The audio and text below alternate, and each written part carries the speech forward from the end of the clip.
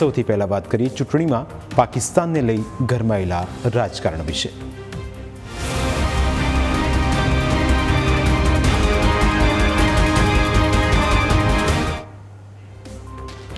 ગુજરાતમાં ચૂંટણી સ્થાનિક સ્વરાજની આવી રહી છે અને ચર્ચા પાકિસ્તાનની થઈ રહી છે। આમ તો વિવિધ સમસ્યાઓને લઈ ચર્ચા થવી જોઈએ, પરંતુ અમદાવાદના ખાડિયા વિસ્તારમાં તો પાકિસ્તાનના મુદ્દાએ એન્ટ્રી લઈ લીધી છે, જેને લઈ રાજકારણમાં ભારે ગરમાવો આવ્યો છે। આખરે શું છે આખો વિવાદ, તેના વિશે વિગતવાર વાત કરીએ। હકીકતમાં અમદાવાદ શહેરના જુદા જુદા વિસ્તારોમાં અશાંત ધારાનો મુદ્દો ચર્ચામાં છે।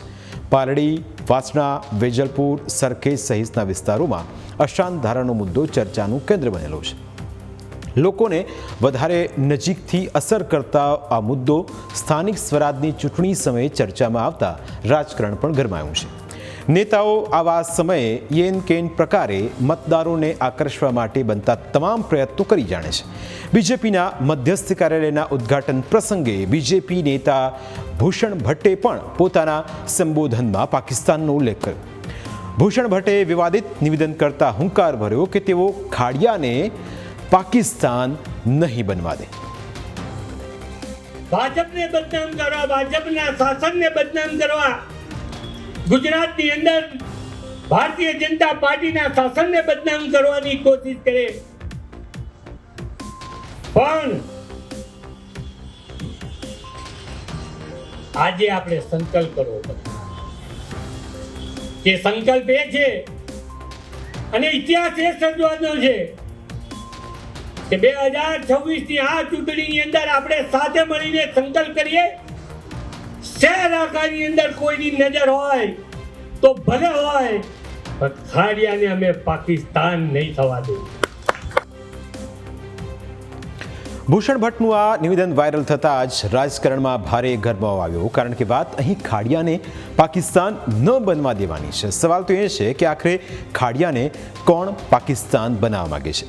ભૂષણ ભટ્ટે કેમ આ પ્રકારનું નિવેદન કર્યું? આ સવાલોના જવાબ હજુ તો મળે તે પહેલાં જ કોંગ્રેસના નેતાઓએ ભૂષણ ભટ્ટ અને બીજેપી ઉપર આકરા પ્રહાર કર્યા। આ મામલે ઇમરાન ખેડાવાલાએ વળતો પ્રહાર કર્યો કે બીજેપી પાસે બીજા કોઈ મુદ્દા ન હોવાથી હિન્દુ મુસ્લિમ કરી રહ્યા છે, પરંતુ પ્રજા તેમને ઓળખી ગઈ છે। લોકોને ભરમાવિત કરવાનું કામ અત્યારે પણ ભારતીય જનતા પાર્ટીના પૂર્વ ધારાસભ્ય તરફથી કરે છે। હવે લોકો એમને ઓળખી ગયા છે કે કોર્પોરેશનના અંદર એમનું કંઈ ઉપજવાનું નથી, અને આ વખતે કોર્પોરેશનના ઇલેક્શનના અંદર 4 સીટો કોંગ્રેસ પક્ષના અમારા જે ઉમેદવારો લડવાના છે તે જીતવાના છે।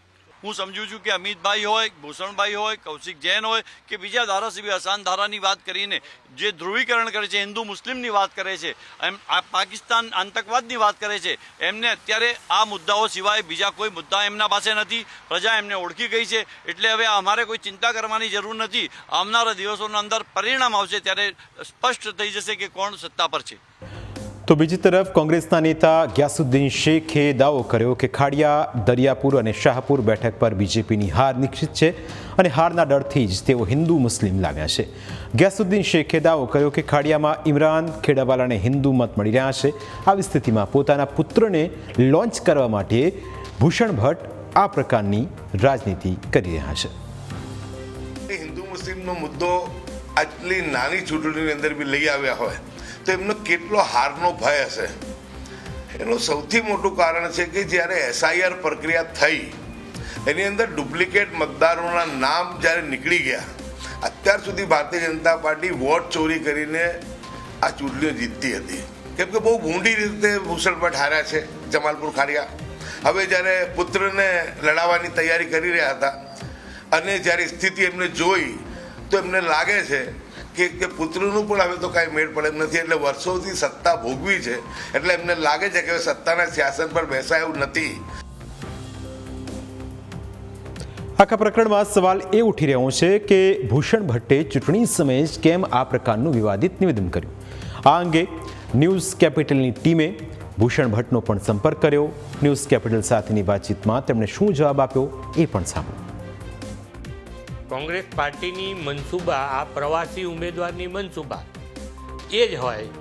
એમાં જે ઉમેદવાર જાહેર થયા એમાં ઇલિયાસભાઈ પઠાણ હતા, તો મેં એ પ્રવચનની અંદર બહુ સ્પષ્ટ વાત કરી કે તમે ચૂંટણી લડવા આવો, ચૂંટણી લડજો, પણ જે બીજા વિસ્તારોની અંદર અશાંત વિસ્તાર ધારાનું નિયમનું પાલન થાય છે એ પાલન અહીંયા થાય એનું ધ્યાન રાખજો. આ વિષયના સંદર્ભની અંદર મેં આ વિષયની વાત કરી હતી. કોંગ્રેસ પાર્ટીના જીતેલા ઉમેદવાર કે કોંગ્રેસ પાર્ટીની મનસુબા તમે જુઓ, મત લેવા હોય ત્યારે સૌ સમાજ, અને મત લઈ લીધા પછી માત્ર ને માત્ર મારો સમાજ.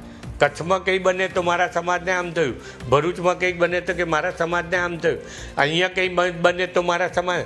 અહીંયા આગળ એમના કોઈ ગેરકાયદેસર મકાનો તૂટે ત્યાં દોડી જવાનું.